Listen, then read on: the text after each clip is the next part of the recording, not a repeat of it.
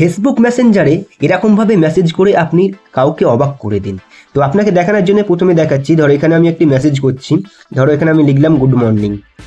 তো এরকমভাবে মেসেজ লেখার পরে যখনই আমি এটা সেন্ড করব তখন দেখুন যে এখানে কীরকমভাবে একটা এফেক্ট শো করছে। তো আপনিও চাইলে কাউকে যখনই মেসেজ করবেন তখনই তার কাছে এরকম এফেক্ট শো করবে এবং সে যখনই আপনার এই মেসেজটি দেখবে দেখে সে অবাক হয়ে যাবে এবং কিছুক্ষণ ধরে মেসেজটি দেখবে। এরকমভাবে এফেক্ট আপনি কিভাবে করবেন ফেসবুক মেসেঞ্জারের মধ্যে সেটা এই ভিডিওটার মধ্যে আপনাকে দেখাবো। আপনাকে এই ভিডিওটার মধ্যে আরও অনেকগুলো এফেক্ট দেখাবো, তার জন্য আপনাকে এই ভিডিওটা পুরো দেখতে হবে। আমি মহিন্দ্র, আপনারা দেখছেন মহিন্দ্র টেকনিও চ্যানেল। আর যারা যারা নতুন এই চ্যানেলে এসেছেন তারা এই চ্যানেলটিকে সাবস্ক্রাইব করে দিও এবং বেল আইকনটি প্রেস করে দিও। তো ওরকমভাবে এফেক্টগুলো করতে গেলে আপনাকে প্রথমে চলে আসতে হবে ফেসবুকে। তো আমি এখানে ফেসবুকে চলে এলাম। তো ফেসবুকে চলে আসার পর আপনার যে মেসেঞ্জার আছে মেসেঞ্জারে চলে আসবেন। চলে আসার পর এখানে আপনি যাকে চ্যাট করতে চাইছেন তার চ্যাটে চলে আসবেন। ধরো আমি এখানে চ্যাট করতে চাইছি, এখানে চলে এলাম।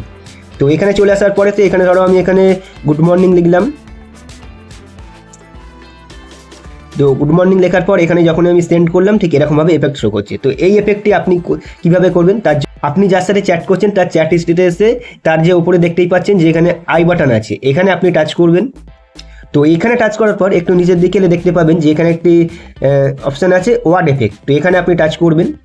তো এখানে টাচ করার পরেতে নিচেতে দেখতে পাবেন যে অ্যাড এ ওয়ার্ড বলে যে অপশানটি আছে, এখানেতে আপনি যেটা লিখতে চাইছেন সেটা এখানে লিখবেন। ধরো আমি এখানে লিখছি কেমন আছো, ধরো লিখলাম এখানে কেমন আছো তুমি, এরকম লিখলাম। লেখার পরে এর পাশে দেখতে পাবে যে এখানে একটি আইকন আছে, এখানে টাচ করবে। টাচ করার পর এখান থেকে আপনি অনেকগুলো ইমোজি পেয়ে যাবেন। তো আপনি যে ওয়ার্ডটা লিখবেন তার সেই ওয়ার্ড লেখার পরে কীরকম ইমোজি তার কাছে শো করবে সেটা এখান থেকে আপনাকে দেখে নিতে হবে। তো এখান থেকে আমি ধরো যে কোনো একটা ইমোজি এখান থেকে সিলেক্ট করে নিলাম। তো আমি ধরো এই ইমোজিটি সিলেক্ট করে নিলাম। তো ইমোজিটা সিলেক্ট করে নেওয়ার পর এখানে যে অ্যারো চিহ্নটি আছে এখানে টাচ করবেন। টাচ করলে এটি হচ্ছে আপনার এখানে সেভ হয়ে গেল।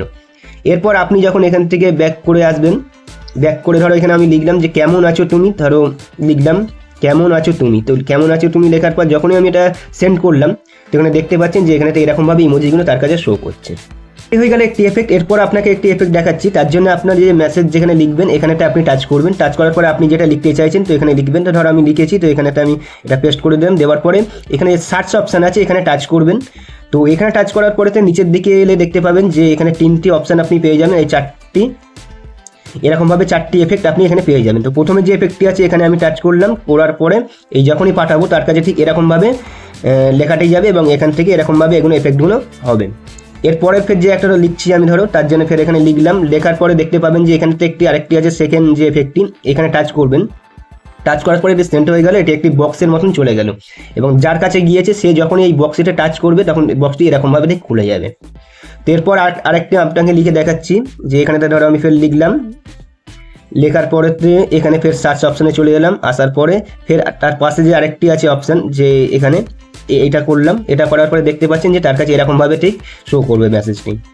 এরপর ফের আরেকটি এফেক্ট দেখাচ্ছি আপনাকে, তার জন্য এখানে ফের লিখলাম। লেখার পরেতে এই যে সাইটে যে আরেকটি আছে এখানে টাচ করলাম। টাচ করার পর তার কাছে ঠিক এরকমভাবে একটি এফেক্ট শো করবে মেসেজটি।